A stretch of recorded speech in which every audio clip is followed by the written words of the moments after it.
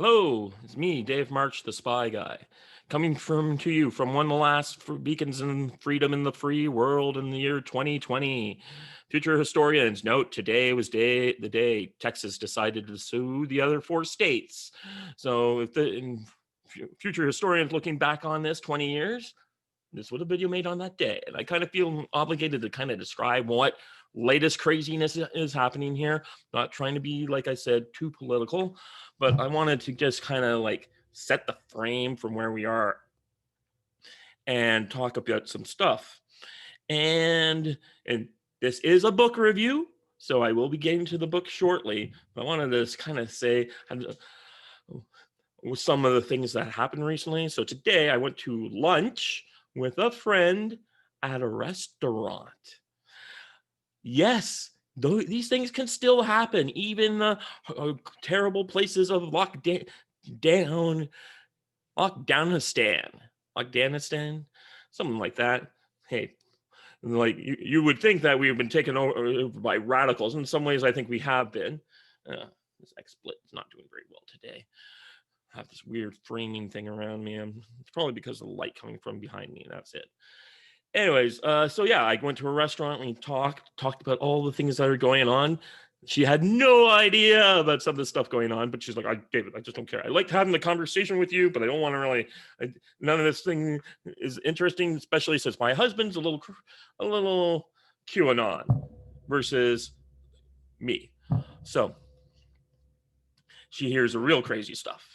But not too crazy. He still doesn't believe the reptoids are really controlling the British monarchy, which is something that is a thing. Okay, where was I going with it? Oh, this. So we are watching, while walking over to the restaurant to talk to my friend, I had a kind of a revelation. I kind of realized what was going on.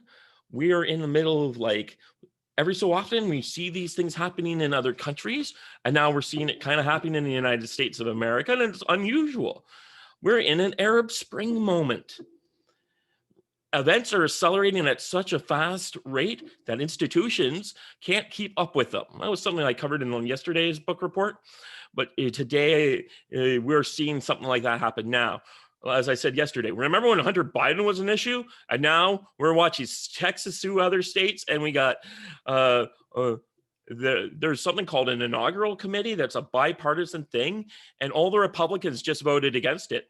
And the reason they did that is because they just saw their internal polls have finally come back, and they show that they're going to lose those 2 Senate seats in Georgia unless they do help Donald Trump. So that's what's going on. If people want to know, like I said, I'm not really here.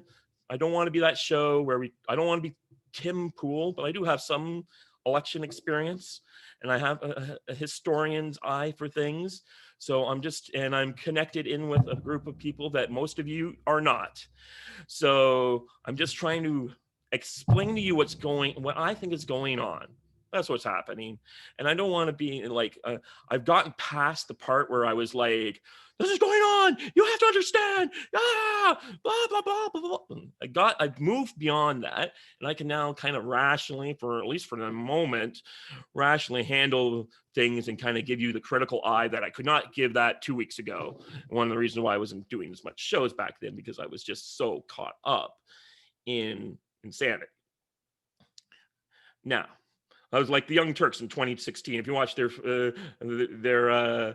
broadcast on election night and that night, they go through the 5 stages of acceptance over the course of 6 hours. There's a half-hour supercut of it. It's pretty fun if that's your kind of thing, like it is for me. You can find it. It's still out there on YouTube. Anyways, so what I'm getting back to is that we're in an era where we're seeing events are coming at such a quick pace that we can't keep up with them, and stories that were last week are already so irrelevant because of the narrative is being pushed forward so fast. And this is coming to the book I was going to review, and that book is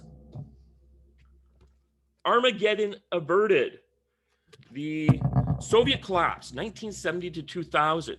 And much as we have seen in the past with the Arab Spring, is the most recognizable event. There might have been a few others. 2008, kind of, but not really.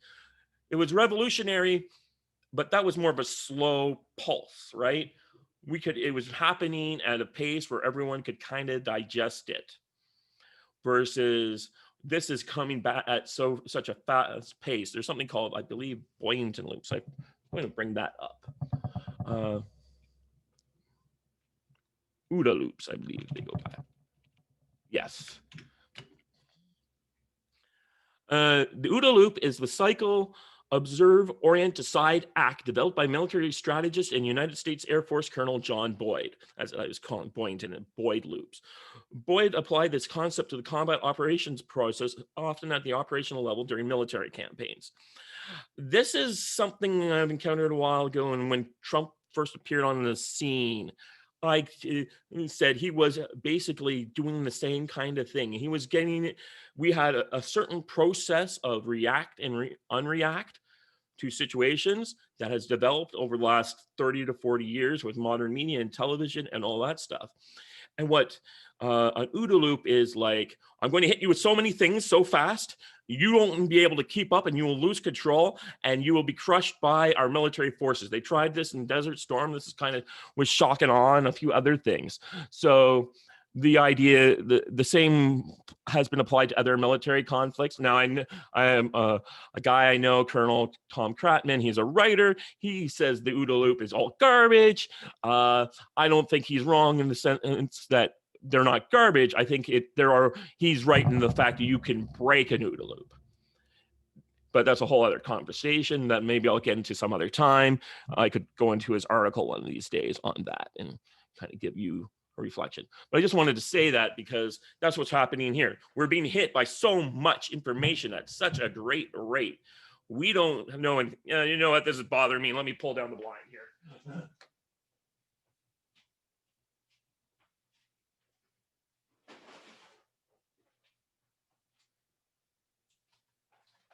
This is the kind of show you get. It's so raw, it's so real, we're so live. You get to see me pull down the blinds, or not.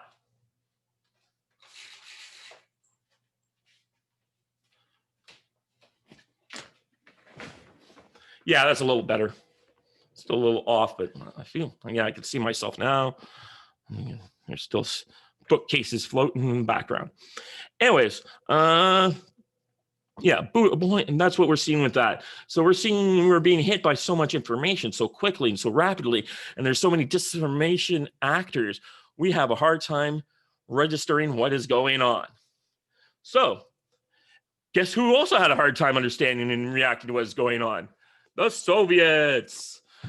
Oh my God. So they had, by the 1970s, developed a very sophisticated, not very sophisticated, and actually unsophisticated, incredibly inefficient system. We think about how bad it must be at Warner Brothers, HBO Max, trying to just get ahead of the storm with their movies and all that stuff that other friends of the network are talking about. But you got to understand, so in this book, the guy describes how after he befriends Gorbachev and the deputy prime minister of the Soviet Union, he brings, after the fall of the Soviet Union has occurred, he brings them to New York City. And he shows them like the Chinese food area, you know, like the restaurants, 5,000. We have a place like this in Toronto where there's just like Asian food restaurant after Asian food restaurant after Asian food restaurant that goes on for like blocks, right? And he's like, the two Soviets are like, how is this possible? How can you possibly do this? The bureaucracy to manage all these restaurants must be huge. And there's like, bureaucracy? Each one of those restaurants is main bureaucracy consists of the owner and his wife. Maybe their kids. But in the Soviet Union, you had to have these huge, everything was in a committee. We think about our lives in our bogs. What bogsat is a military term I've learned, and it comes out of the State Department and all that, called bunch of guys sitting around a table. So many things are done in Washington by bogsats. I'm connected to the official wargaming community in the United States and actually the entire industrial complex. I'll be reading stuff by like people like Tom Scahill or Glenn Greenwald, and they're like, these sinister operations. And I'm like, they're not sinister, man. They're normal people. They're just as screwed up as you and me. Stop giving them like, treating them like there's some sort of a black hat operation, elite security forces on the TV shows. It's not what these people are like.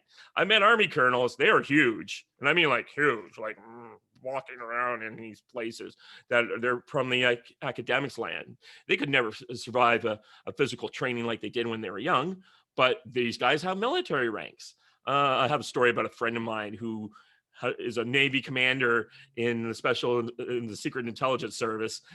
He does not look, he could never pass any physical training, but he carries a gun and he's a spy, a real life spy. But I won't talk. Oh, I'm going to save that story for when I do my Alex Cross TV show review. That's a good show.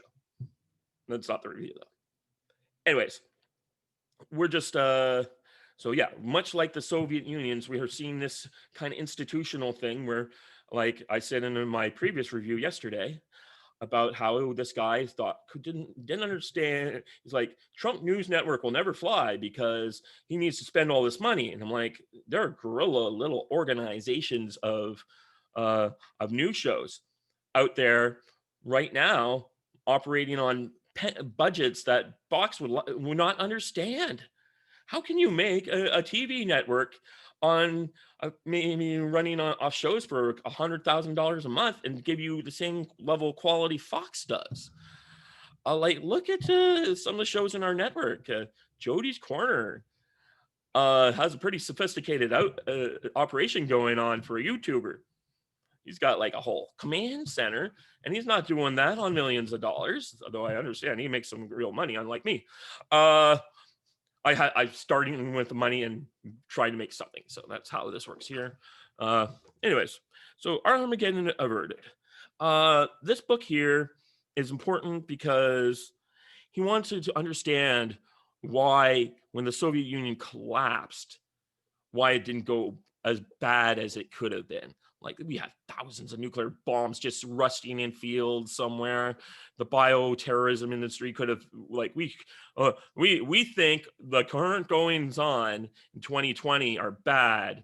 There were weapons that the Soviets had left in labs, abandoned. No one was going to those places to check them out anymore. The security guards all left. Those plagues would have wiped out.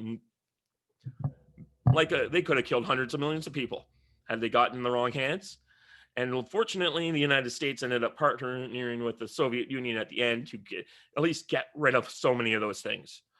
Thank God. So he wanted to understand what had happened and what's going on.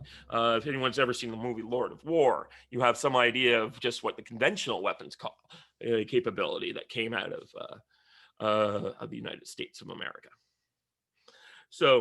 Out of the Soviet Union. So we're just dealing with all of that. So this book, I'm going to go check out another review from this, just kind of reminding me. So what really happened with the Soviet Union, as he kind of reacts, is that Gorbachev, and first off, World War II really devastated the Soviet Union and Russia in ways that's hard to understand. I was listening to a book yesterday. 14% of people in the Soviet Union were killed in the course of that war. And it predominantly fell on the men.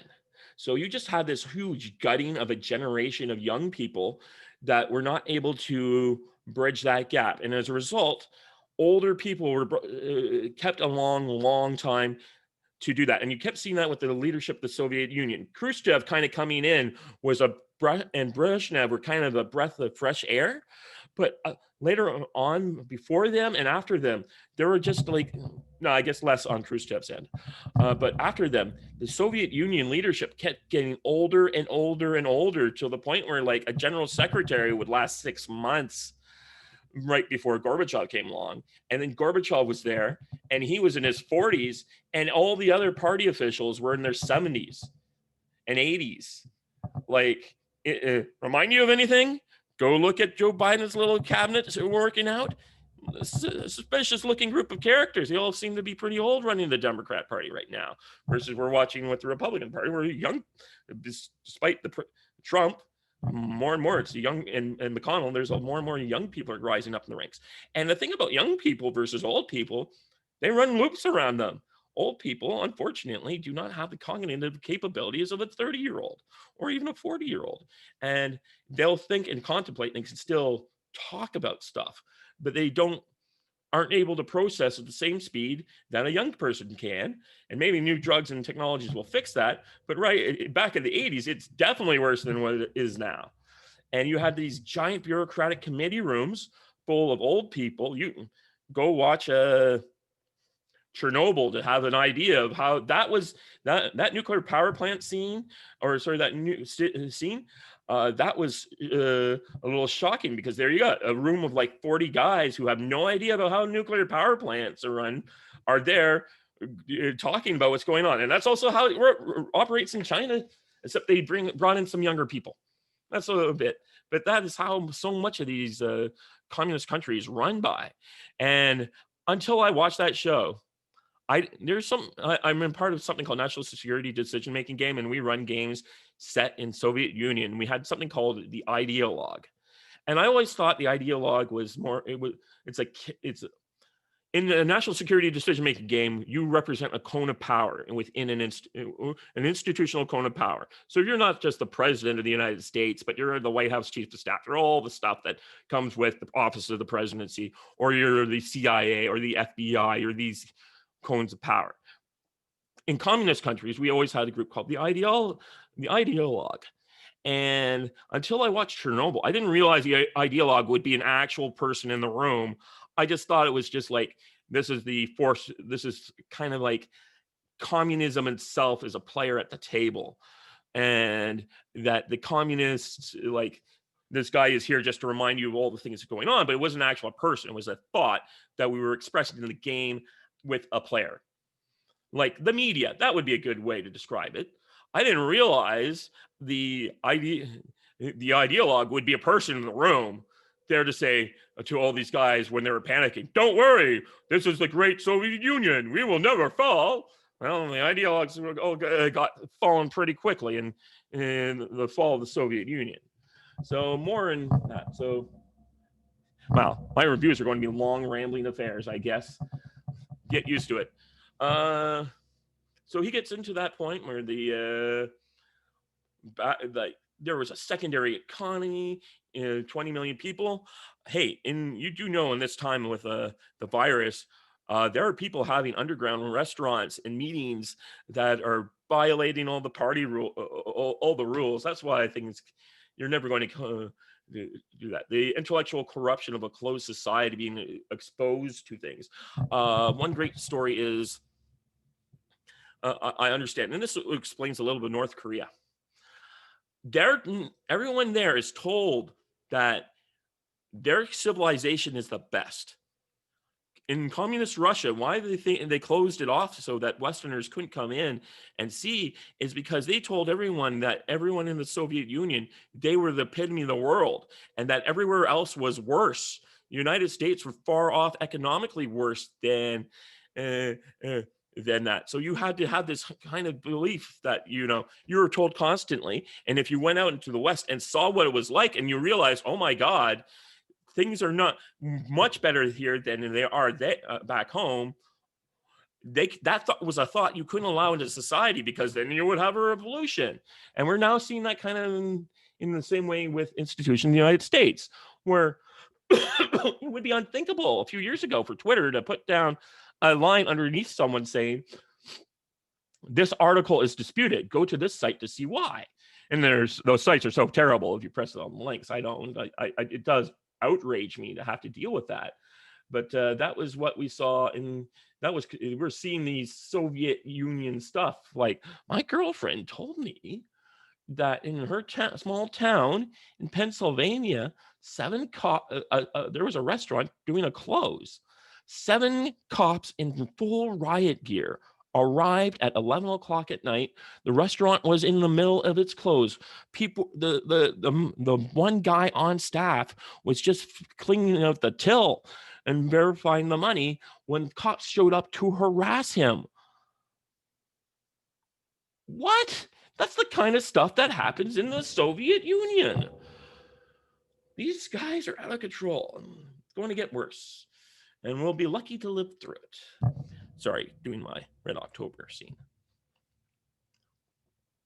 So you had getting back. Gorbachev comes in, but Gorbachev is a true believer. He thinks Soviet Union communism can be saved. That's the difference really between him and China. If he had done the China model, just introduced capitalism but kept the communism, the Soviet Union would probably be around today. But unfortunately, he couldn't really do that because unlike China, the Soviet Union was the birthplace of international communism, right? This is the first stop. They couldn't make that kind of they couldn't bridge that gap.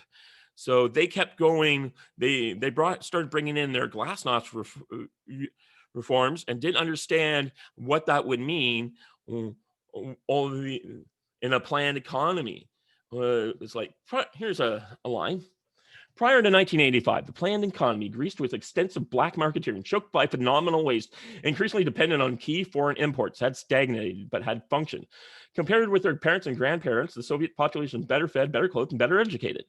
Comparison, however, were made not with the Soviet past or developing countries, but with the richest nations of the world, and both the leadership and population expressed increasing impatience to compete with advanced capitalism. The only recourse seemed to be going beyond partial reforms and introducing the very mechanism, private property and the market, whose suppression constituted the essence of socialism, certainly in the Soviet Union. In short, undoing the revolution and the regime's identity. They couldn't make the break. So we're seeing more and more of that happening in the United States, where people are in this kind of moment where we're on, I don't want to say collapse, but we're seeing people question and putting strain against the system itself. We're seeing in big tech with new shows, groups coming up to rise up against YouTube. Rumble, I watched a guy go from 700 subscribers last week to 700,000 this week. Parler, hey, I'm on Parler. I'll tell you, it's not a great platform. It's not as good as Twitter. But people are there, and you can get information on Parler you can't get on Twitter. Locals, I think, is the best one. That's the one David Rubin set up. Look, I'm on a locals group. Someone, the one guy's a lawyer. He put out a form letter for election contests. And people on the local boards are now suing states, have election contest lawsuits in the states. I mean, like, what? Crazy stuff is happening. And these giant bureaucracies that have these bog sats, these government guys sitting around a table, can't compete with what's out there. And we're seeing our big media tycoons and all these other things being diffused into smaller bits. There will never be a big Hollywood anymore. We already see that. There's already a new Hollywood forming in Georgia. Elon Musk today has now officially moved to Texas. We're seeing all sorts of things happening. So this book, I'm kind of getting to the end of the ramble. I didn't really cover too much of the book, but if you want to know more about what's kind of going on in your world today, I recommend this book.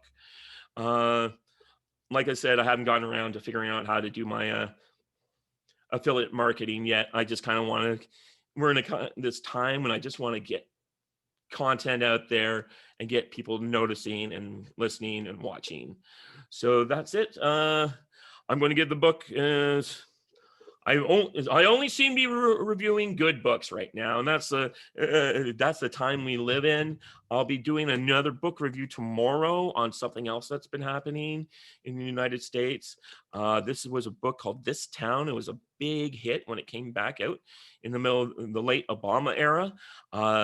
It's reads like something out of Versailles, and if you don't know what Versailles is, you need to watch some stuff on the French Revolution. Okay, so this was my review. I'm giving this book an 86.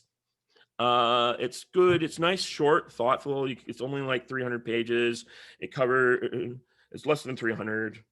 It covers it's got a lot of facts. Yeah. And it really showed the day how things can change. Remember, one moment the Soviet Union stood like a colossus, and then one day the order comes down. We're taking down the Berlin Wall. We're already seeing things that we didn't think were possible a month ago. Like I said, I talked to this guy.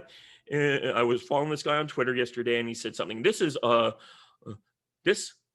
law is set in stone. And I tweeted back to him, really, in 2020 and with Trump and everything else that's going on, you really think anything is set in stone? So no, there's nothing set in stone. We're seeing things that we never would have thought possible, and we will see things that we will never think were possible ever again in the next month. I think Arab Spring lasted a few months. The end of the Soviet Union lasted a few months. We're going to see even more crazy things happen in the future. So if you like this, like, share, subscribe. This is the Spy Guy, and the Spy Guy is signing off. Bye.